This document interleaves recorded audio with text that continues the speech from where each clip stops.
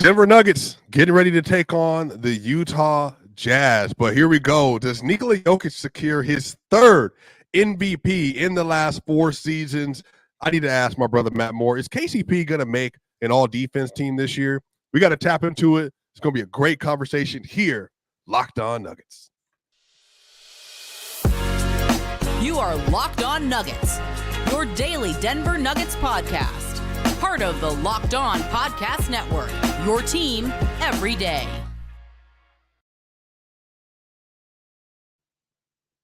What's going on, y'all? This is Swipe and Gripe here at Locked On Nuggets. This is your daily Nuggets podcast. Y'all, we're so glad to be here today. Today's episode is brought to us by Gametime.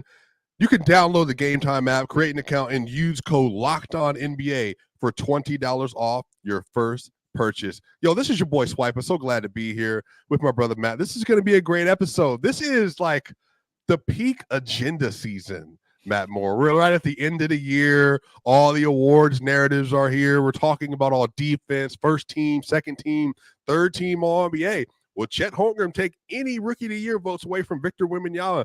That's the area we've now gotten into. But Matt, first off, how are you feeling today, and how are you feeling about this being award season? I'm good, man. It finally feels a little bit like spring here in Colorado, so that's definitely lifted my mood. Got outside for a little bit yesterday, which was great. I'm knee deep in doing MVP breakdowns and analysis and putting together articles. I'm working on playoff picture. I'm really starting to look at like what these matchups are going to be like. This is the time to get going. Regular season nonsense is almost over. I'm very excited. So I'm in a good place, and I'm excited to talk to you today about all things Nuggets. Well, Matt, a lot of people know you work for the Action Network. They know who 8P Basketball is on Twitter. A lot of people are aware that you have this mental genius when it comes to putting all these numbers and configurations and information and data together. But you recently have started to write your MVP arguments for all of the players. And as a fan of your work myself, I actually read the first one you have for Jokic, and then you got one coming for Luka coming up. You got one for SGA coming up, one for Giannis. Maybe one for Tatum. I don't know. We'll see. But, bro, from your vantage point, let's just start off with the easy question. Do you think that Nikola Jokic is on his way to win his third MVP in the last 4 years? And if so or if not, what do you think makes his case stand above the rest? Yeah, so this question is always interesting because there's what's going to happen, and then there's like what should happen, right? And sometimes it's the same. And I'm in a place where I think that what should happen, what's going to happen are the same, which is Jokic is going to win his third MVP. He's going to join a very, very small group of players that have won 3 MVPs in their career. Almost all of those are considered all-time greats. It is very difficult to accomplish, which is one of the reasons why you see so much pushback against it, because we always never want to acknowledge greatness in front of us. We don't want to acknowledge that new things are great because we want to hold up the past. Jokic is going to win MVP, and it was in question, I think, as recently as, I don't know, like a month ago. I think a month ago it was probably in question. There was enough time left for if SGA had finished out extremely strong and the Thunder had secured the 1, that might have put this race in genuine question. I think Luka has done a lot to gain ground, and I think Luka is going to finish second now.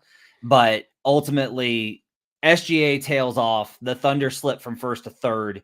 SGA took a big dip in his impact and productivity, and then he got hurt and had to rest the quad. Or those are actually kind of correlated. Like, he did get hurt, and that was part of the reason he was tailing off. But everybody's hurt this time of year. No excuses. And so that coupled with Jokic is just like steadiness, where he's so available, he's so productive, he's so impactful. And that's really been, I think, one of the big keys is that even when the Nuggets have struggled a little bit this year, Nikola hasn't really tailed off. He had like that handful of weird games where he missed a bunch of shots, and that was like 2 or 3 games, and we're like, what's going on? And then it was back to normal. He's been the most consistent superstar. He's been the most impactful superstar. He passed SGA by my estimation in those categories, not only with the metric side of it, but in terms of availability and just like continued sustenance of play. Like, he had enough big performances. The reason he's going to win is, I made this case in the article, he is acknowledged as the best player in the world right now. You're always going to find people that are like, well, no, I don't. I think it's Giannis, or a lot of Mavericks fans apparently think it's Luka Doncic, who hasn't really accomplished anything. And then there's conversations about whatever, but or a very simple one is like, well, we should reward winning, so it's Tatum, and everyone kind of goes, yeah, no. But I do think that there is an acknowledgement stemming from the finals forward of Jokic is the best in the world. And you see that with it. This is one of the benefits of where the Nuggets have reached, where for years they were not on national TV. And so there were these performances went under the radar. And you even saw it from Lisa Salters, who took a lot of crap from Nuggets fans. And I also don't blame Lisa. Like, Lisa's got a lot to do. Lisa has like a lot of responsibilities. So I don't blame her for not checking out Nuggets versus Hawks on a Tuesday, right? But what you've seen this year is you've seen Nikola in these big game performances in particular, is that on Sunday nights on ESPN, on Thursday nights on TNT, he's had so many big game performances on top of the night-to-night greatness. Yeah. Where if you ask me to rank this MVP season for Nikola, I don't think it's 1 and I don't think it's 2. I think it's the third best of his 4 MVP level seasons. Like, do you think it's better than the 21 when he won 26, 10 and 8? No, given the context of that year. I think 2021 was the weakest. I think actually last year was probably his strongest, which is ironic. 2022 is the other candidate for best. That's the one most people agree was the best. But the big key here for me is that like this year is definitely not on par with 2022 or 2023. It's just not as good. His efficiency hasn't been as good. His impact hasn't been as good. The wins have come as a product of how much better the Nuggets have played around him. In particular, one of the things that surprised me was how much the defense really was worse this year. And that's, you're going to go like, but the Nuggets defense is like borderline top 10. Yeah, they've done an awesome job of building a team around him that understands how to play together to mitigate those weaknesses. Nikola's individual defense, when I went back and did both the tape and the video, was not as good. This is all like criticism of him. Here's the problem. He's still better. He's still the most impactful player in the league. His combination of production that leads to impact. There is no player that controls the game the way that he does. We always talk about that on the show. I always talk about it on this show. And that shows up in the numbers and it shows up in the tape, that there is nobody who dictates terms to the opponent the way that Nikola Jokic does.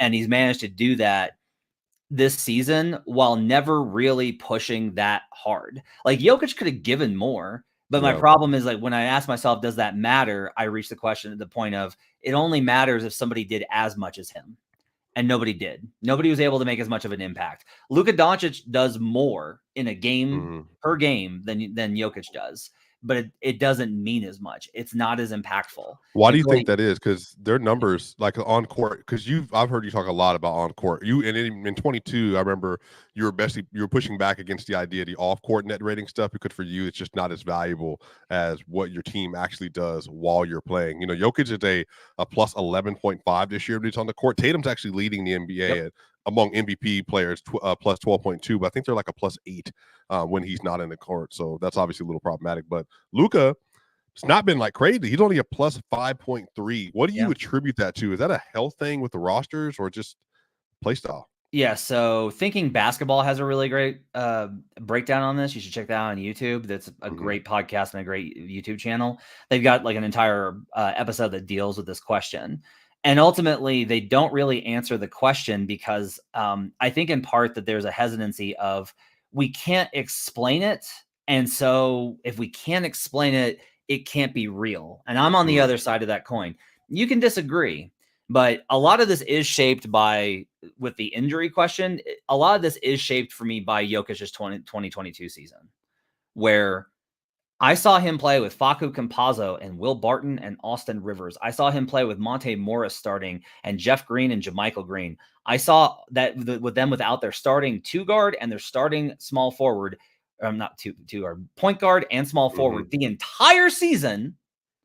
And Jokic had double the impact on court. They won the game. They won his minutes by twice per 100 possessions what Luka has. And for me, like, it comes down to, I can't tell you specifically what Luka should do better. I can't specifically tell you, like, the impact. I can tell you that he hasn't had the impact.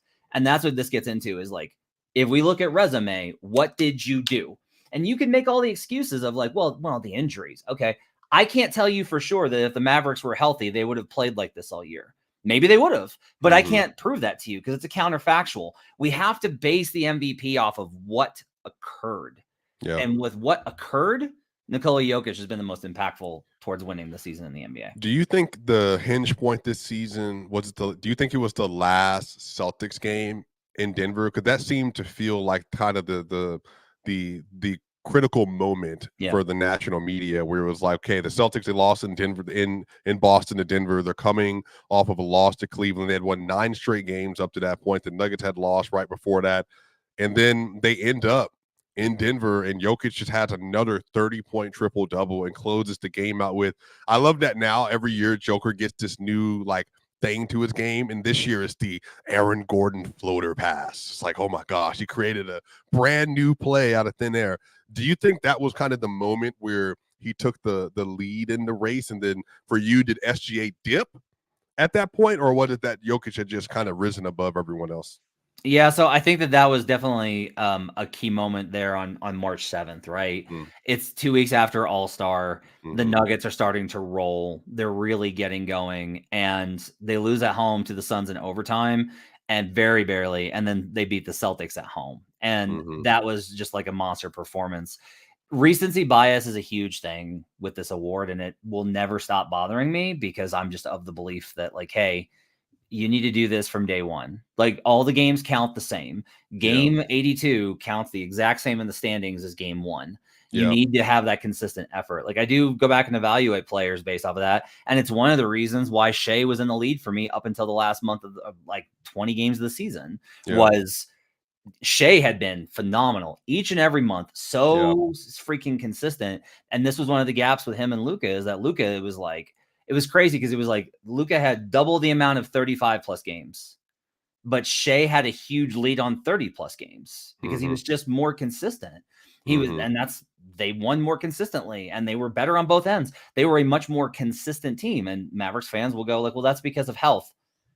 Let's say I grant that premise. Then I would also get to like, okay, that's bad luck. Bad luck for you that you were hurt. And so Luka doesn't win MVP. Maybe next year they'll be healthy. And he'll win the MVP next season. But I do think that Boston game combined with games like the Lakers closeouts on the road, right? The March 2nd game versus the Lakers where they just slammed the door and everyone kind of in a similar way, everyone kind of that is a skeptic would wait for the Nuggets to fail. That never happened this season. They answered the call every single time. And so eventually not everyone will vote for him, but most everyone had to bend the knee.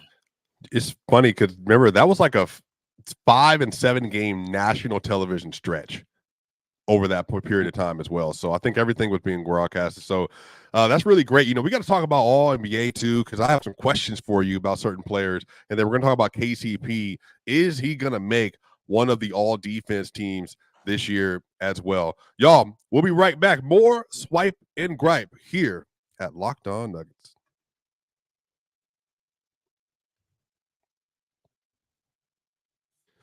You're hiring for your small business. You want to find quality professionals that are right for the role. That's why you have to check out LinkedIn Jobs. LinkedIn Jobs has the tools to help find the right professionals for your team faster and for free.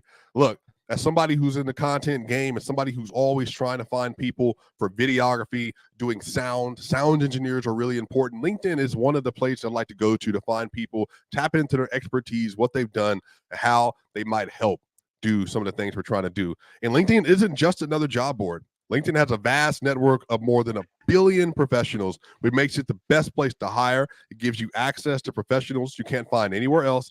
LinkedIn does all that while making the process easy and intuitive.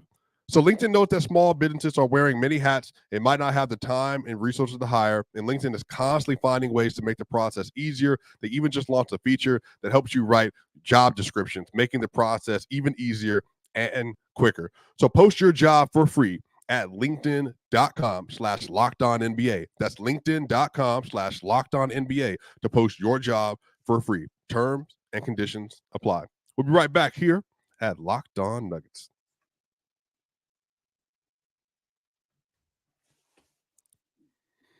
Y'all, we back here at Locked On Nuggets. This is your host, Swiper. This is Swiping Gripe.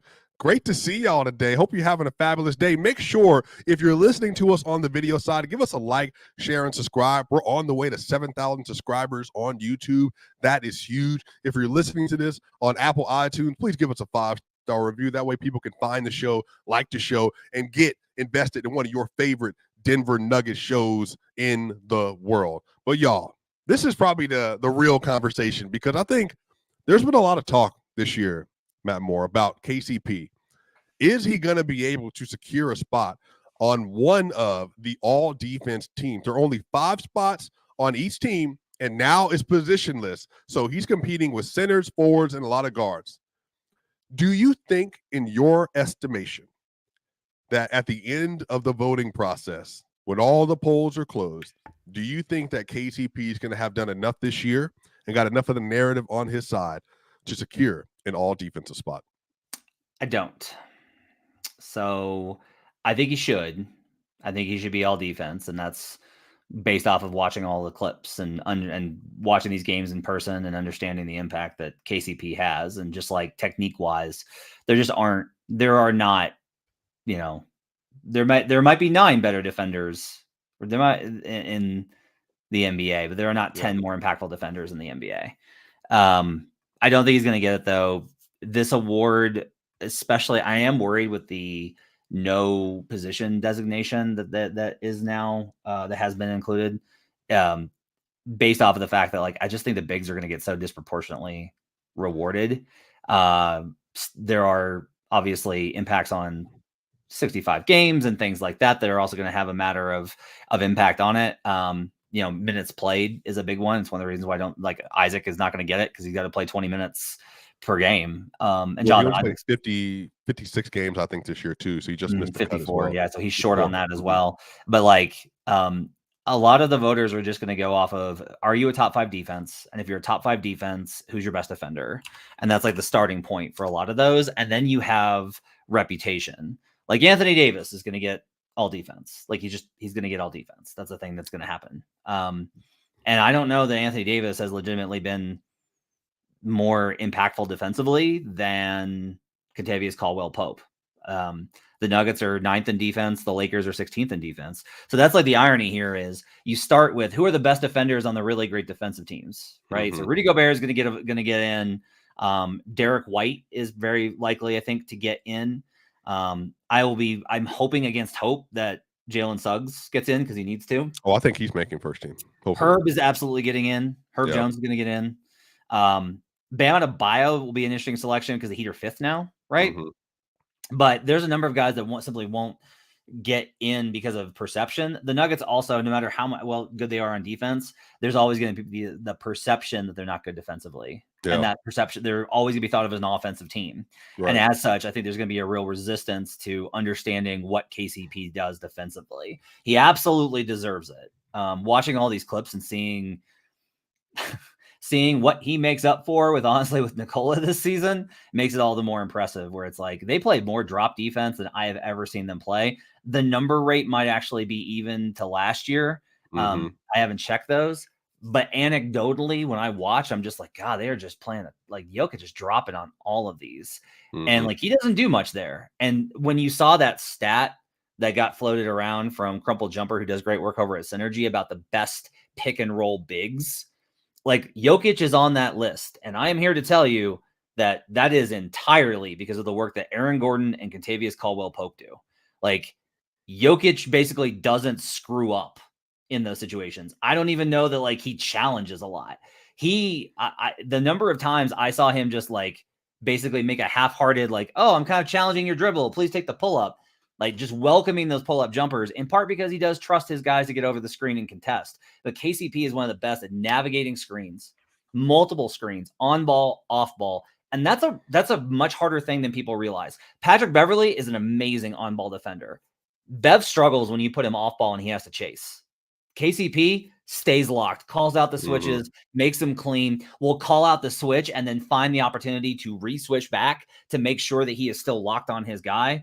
lock and trail, the whole bag, on top of how often he sinks out of 2-on-ball situations in the 1-5 with Jokic pressing at the level to intercept passes. His understanding of where trigger mechanisms are going to go defensively on passes is terrific. So I'm hopeful that KCP gets on this list, but I think it's going to be really tough with the amount of bigs and the guys whose reputations precede them so much for this all defensive team. So these are the names I have on my all defense team. So here are the 10. Let me know what you think about this. I have Herb Jones, Rudy Gobert, Victor Wembanyama, Jalen Suggs, and Jaden McDaniels. That's my first team.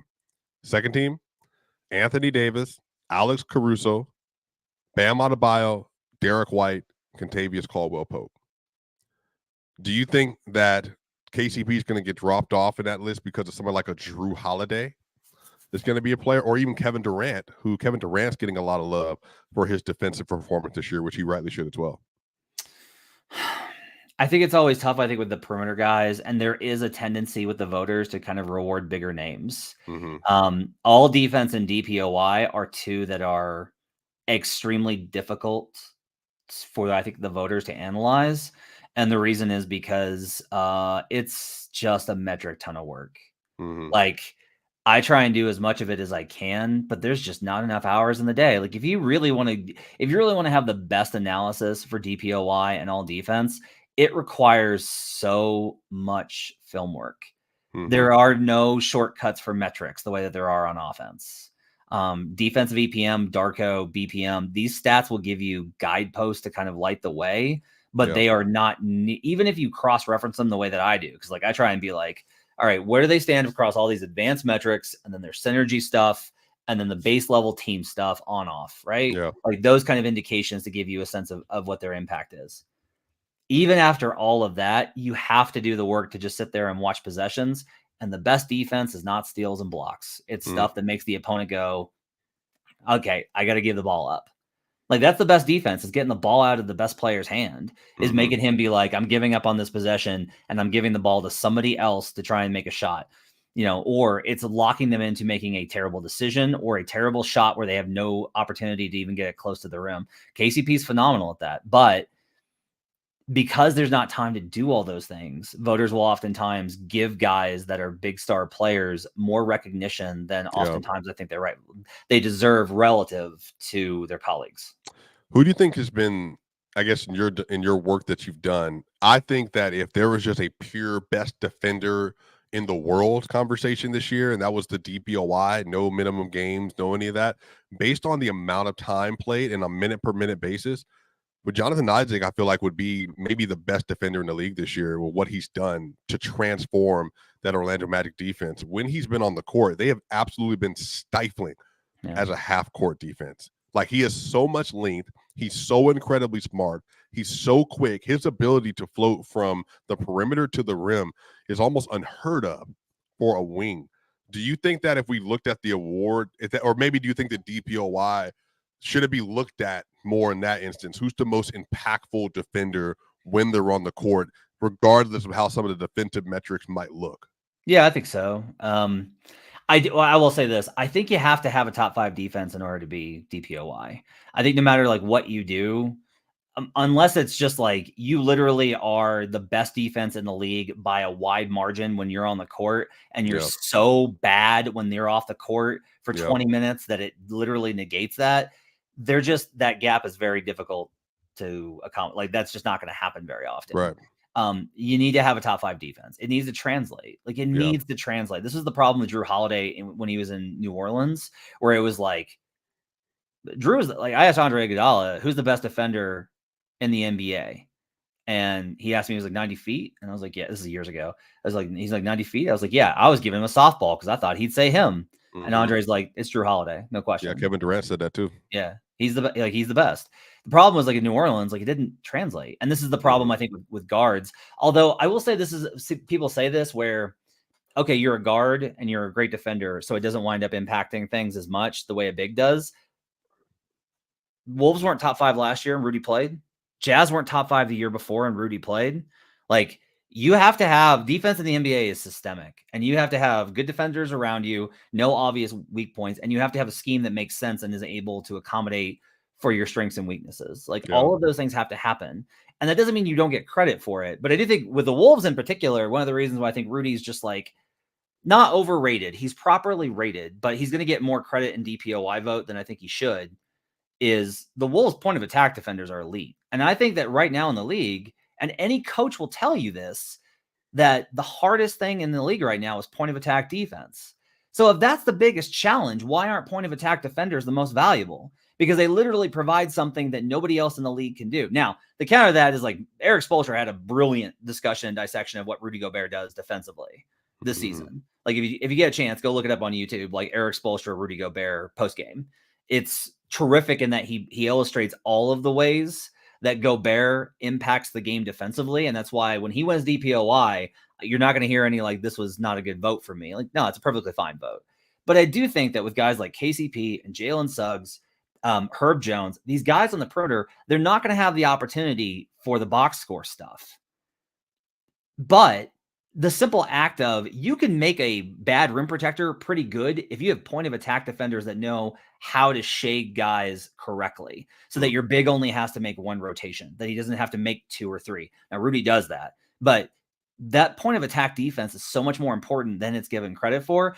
And for me, the ability to make guys disrupt their dribble and slow it down and have to pick up and reset, taking that time away is so valuable. Getting guys off schedule in the offense, particularly with the best players in this league, like Luka Doncic, like Nikola Jokic, like Shai Gilgeous-Alexander, like Giannis, like all these guys, these dominant ball handlers, getting them to off of their schedule it's huge. It messes everything up, and that's how you get stops. So I wish that there was just a little bit more of a reputational advantage for some of these guys that play point of attack defense.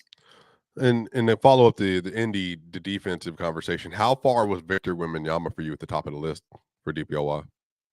He seems to be the consensus. How far away was Victor from maybe winning DPOY for you? Oh man, given that he doesn't have the metrics, but I mean, when he's on the court, they've been terrific. He kind of does. Like if you're able to contextualize it and just say, like, look, he was playing with a huge anchor on his back. Yeah, it's a similar kind of Luka argument. Like, hey, they were playing him at power forward with Zach Collins, with Jeremy Sohan at point guard for half the year, and when they stopped that, his defensive numbers were incredible. I still have a kind of a hard time with Victor. He's so impactful, right? And you saw that with the Nuggets being like how often he disrupted drives. But I do think as a big part of your responsibility now with how the league is getting bigger, you do have to handle bigger assignments.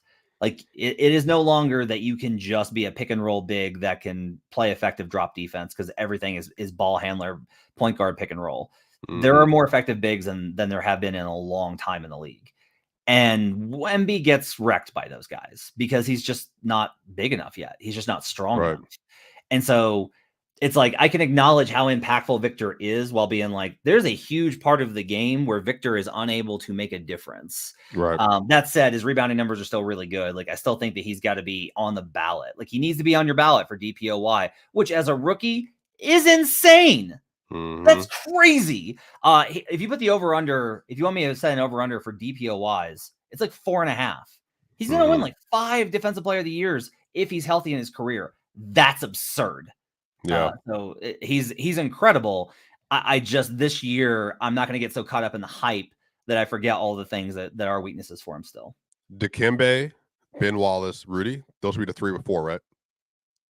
Yes. Okay. Yeah. All right. That's insane. When we come back, I got one more All-NBA question for Matt Moore that we're going to talk about the Denver Nuggets playing versus the Utah Jazz. And this might be another Magnificent 7 game, but we'll see. Y'all, we'll be right back for more here. Locked On Nuggets.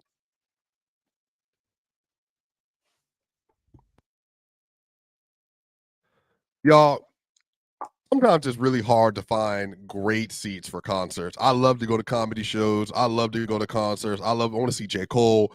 I want to see Kendrick. I want to see Drake. I want to go see it all. I love Bill Burr. I love Dave Chappelle. I want to see it. But it's really difficult to find really quality seats unless you have help to do it. Y'all, the Gametime app is an absolute steal. If you want to find the best deals, the best seats, the best places to go, this is the app that you need to check into. So all you got to do is download the Gametime app, take the guesswork out of buying tickets with Gametime. You download the app, you create an account, you use code LOCKEDONNBA for $20 off your first purchase. Terms apply. Again, create an account and redeem code LOCKEDONNBA, LOCKEDONNBA for $20 off. Download the Gametime app today. Last minute tickets, lowest price, guaranteed. We'll be right back here. Locked On Nuggets.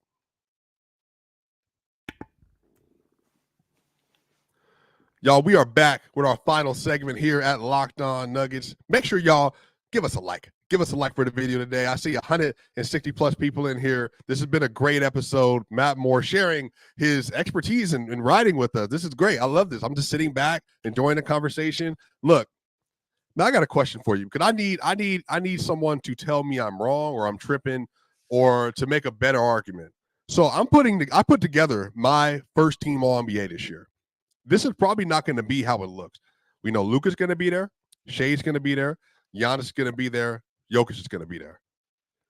Am I tripping for having Kevin Durant as the 5th member of my first team All-NBA list? If you look, I can make an argument between Kevin Durant, LeBron James this year, Kawhi Leonard, and Jason Tatum.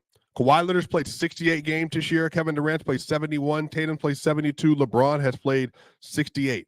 LeBron's been the most accurate scorer for the most part on 25 points a game with 8 assists.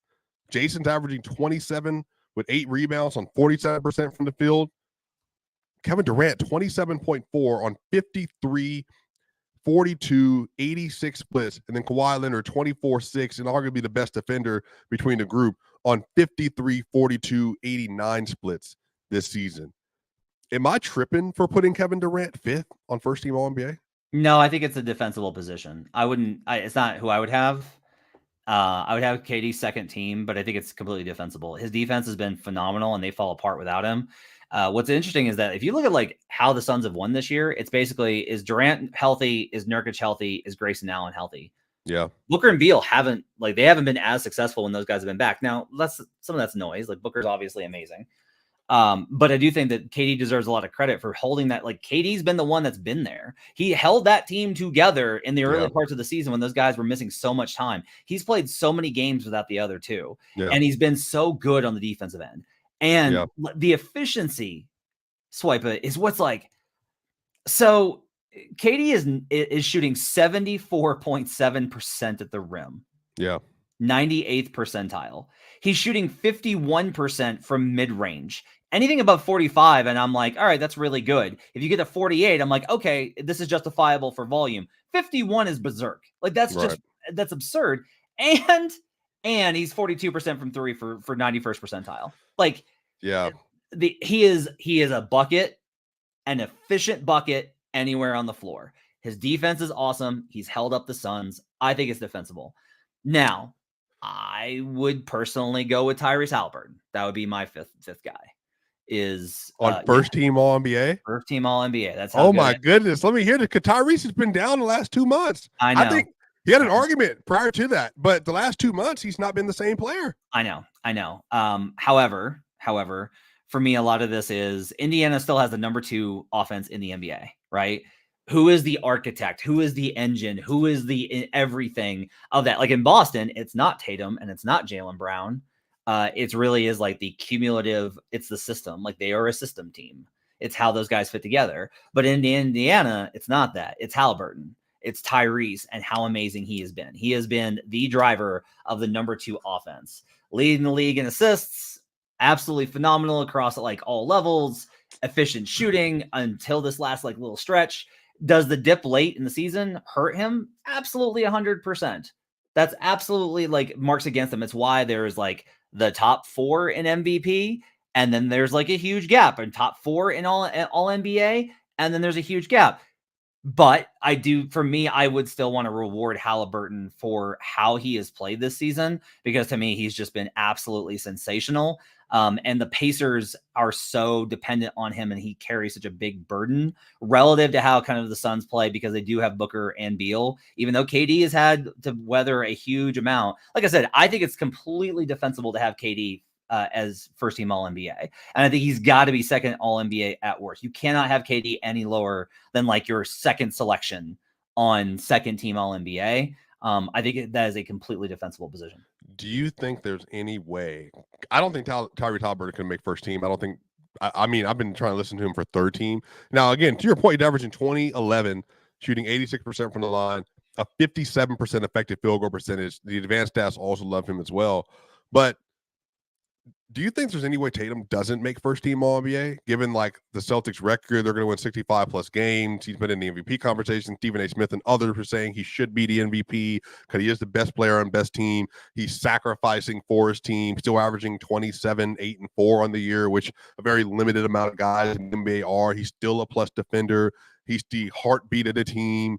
Do you think that there are going to be enough people that say, well, if I look at LeBron, I look at KD, I look at Kawhi, or even I look at Tyrese Halliburton to say, I just think they've been more valuable to their team's success? Run the question by me one more time. Do you think there's anybody that keeps him off of first team All NBA for another one of those group of players? Who? KD, Braun, Kawhi, or Halliburton? Or Jalen Brunson? Maybe. The thing with Tatum is, so this is kind of the thing is, the people that want to talk about him for MVP, I talk so much about impact. And everybody's like, what about Jason Tatum? Because the numbers say that he's the most impactful. And I was like, no, like we can be smart about this, where we can take, you have to reach a certain level of production, and does that production equal impact, right? And that's the problem with Tatum, is that the impact is there, the production is not. He just has it. Like if he had last year's stats with this year's impact, his case is a lot stronger. Like it would be neck and neck with him and Joker, I honestly feel. But he doesn't. Like he's taking a little bit of a step back. And like a lot of that's like Jaylen Brown's taking a step forward. They have a better team because of it. Like Jason Tatum has sacrificed this season to make the Celtics better, and it has worked. But you also, like, that sucks that means that you don't get as much consideration for MVP or All NBA, but it does. Like I had Jalen Brunson 5th on my MVP ballot when I did a straw poll last time out.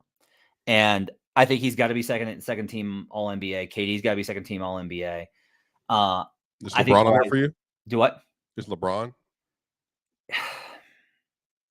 It's tough, man, because I am open to I am not somebody that just goes like, you take the numbers and then you look at the film and confirm your findings, and then like that's bad process. Yeah. And LeBron had an unbelievable start to the season. He was so good in November and December when he had energy. And then at 39 years old, slowed down a little bit in January, slowed down more in February, been pretty good in March, trying to get ready for April, right? Mm-hmm. And for me with LeBron, I do think that some of the metrics I don't think are necessarily backed up by when you watch the film, or by not necessarily the production, but I just think that by some of the various measures, I have a hard time with kind of putting LeBron there. I think it's very debatable. I would probably have to put Tatum above LeBron very narrowly, only because on some level I do think that winning matters, and I'm just like, Tatum won a metric ton of games, and Giannis, despite all of the Bucks failures, won a ton of games, and Kawhi won a ton of games, and the Knicks won a ton of games with Jalen Brunson. Like all these guys won, and then the Lakers are in 8th and 9th. Like there has to be some level of like, okay, but you know, heavy again. I always say this with this award stuff. Heavy's the crown, man. Like, okay, you know, you don't want to put it and say like, well, it's not his fault. Okay, maybe it's not his fault that they're not as good, but he didn't do enough to lift them. And that's the problem. It's like, you got to lift them. You got to lift you have to lift that whole team up. And that's what's tough about it. And it should be hard because these awards are very important. Yeah. So I would probably have Tatum on second team ahead of LeBron, but I think it's close. Wow, it's going to be a really interesting awards season. If Jason Tatum doesn't make first team All-NBA and then Joe Mazzulla doesn't win Coach of the Year, I do think Brad Stevens is winning Executive of the Year, but it's going to be interesting. So, Matt, if you look at the Denver Nuggets injury report, basically anybody you can think about for the most part is on the injury report. So you got Jamal Murray's probable, Michael Porter Jr. probable, Julian Strawther probable. You got Nikola Jokic probable, Aaron Gordon questionable. You got KCP probable. Who do you think suits up for the Denver Nuggets tonight versus the Jazz? Malone comes out on practice on Monday, and he's like, yeah, everybody's going to travel, and hopefully they'll play. And then this injury report comes out, which is clearly like, yeah, no, we may not play, guys. I would legitimately wonder sometimes if they're just trolling us. Like, I just wonder sometimes because they did this with the Sixers game too, right? Where it was like everybody appeared on the injury report. Yeah. I think I don't think we're going to see Aaron Gordon tonight. I would be very surprised if Jamal plays. I just don't think that coming off of an injury, you jump him right back into a back-to-back with 3 games left in the season. That doesn't make any sense. And you want to win the Wolves game. So I think that what's going to happen is Yoke is going to try and carry this team once again. It's going to be Yoke and KCP and MPJ. I don't think Jokic plays. I do. I'll say, here's what I think they should do. This is legitimately like what I think they should do is no one should play. I think they should just be like, if the bench gets it done, great. If not, oh well, and then call it off. Like, I do not believe that the cost is worth it. I wouldn't have sent them on the trip. I would have kept them home.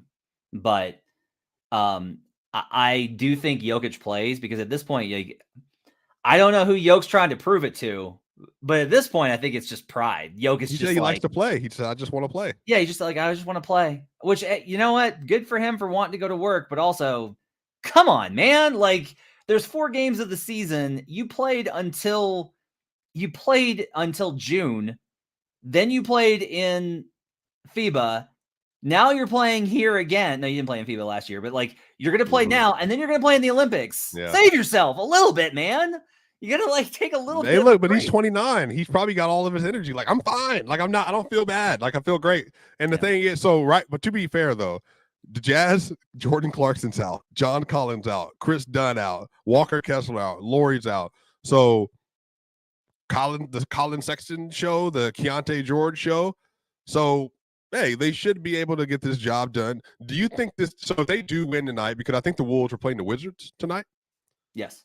Do you think, how confident are you in this back-to-back? Do you feel like by the time we meet each other again on Thursday that we'll be coming back and they'll have secured a victory over the Wolves maybe by Wednesday night?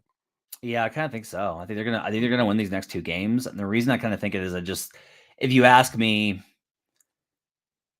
if Jamal didn't come back on Saturday, I wouldn't have thought it. But the fact that Jamal is back and now is like going to play in one of these games, I can't see the Nuggets losing to both the Thunder and Wolves 3-1. That doesn't make any sense to me. So, especially with 2 at home, that would be surprising to me. So I will assume that Denver, who is so good at home, will get the win versus the Minnesota Timberwolves. I think they will probably get by tonight by virtue of the Jazz just being a tank-off team. Yeah. And so they'll sweep this back-to-back. They'll retake control of the 1. And then, honestly, it'll be a little bit weird in those last 2 games. I will say, if you're a Nuggets fan, I would not root for that. Like, the best outcome for them is to lose tonight. Win tomorrow night as a matter of like the Wolves no longer need it. So they can take their foot off the pedal. You go 2-2 versus the Wolves. You close out, you get the 2 seed. That's fine. Like, that to me is an optimum situation in which you don't have to go super hard in those last 2 games. Yeah. If you're in a position to win, there's going to be a temptation to be like, let's finish out these last 2 games. They need to get these last 2 off. They need to rest those guys a full 10 days. They need 10 days of rest. And so for me, if they sweep this next 2, they're going to play starters versus San Antonio because they're going to be like, we can get the 1. I think there are diminishing returns from here on out, but I do think that's what's going to happen. Yeah, we'll see. It's going to be on the 12th and 14th. The playoffs start on the 20th, I believe. So, yeah, they take care of business first of the Wolves. They should be able to rest the rest of the season, yo. But this has been a great episode. This has been our MVP, All NBA, All Defense special. Appreciate you, Matt Moore, for tapping into your writing and giving us a lot of insight on this. Y'all, that's going to do it for Locked On Nuggets. Make sure y'all like, share, and subscribe. You will have the world's finest tomorrow after the Utah Jazz game, and then I will be back with you on Thursday. Maybe Matt will be there, and then we can talk a little Wolves. But y'all, it's been a lot of fun. We'll see you on the other side. We out.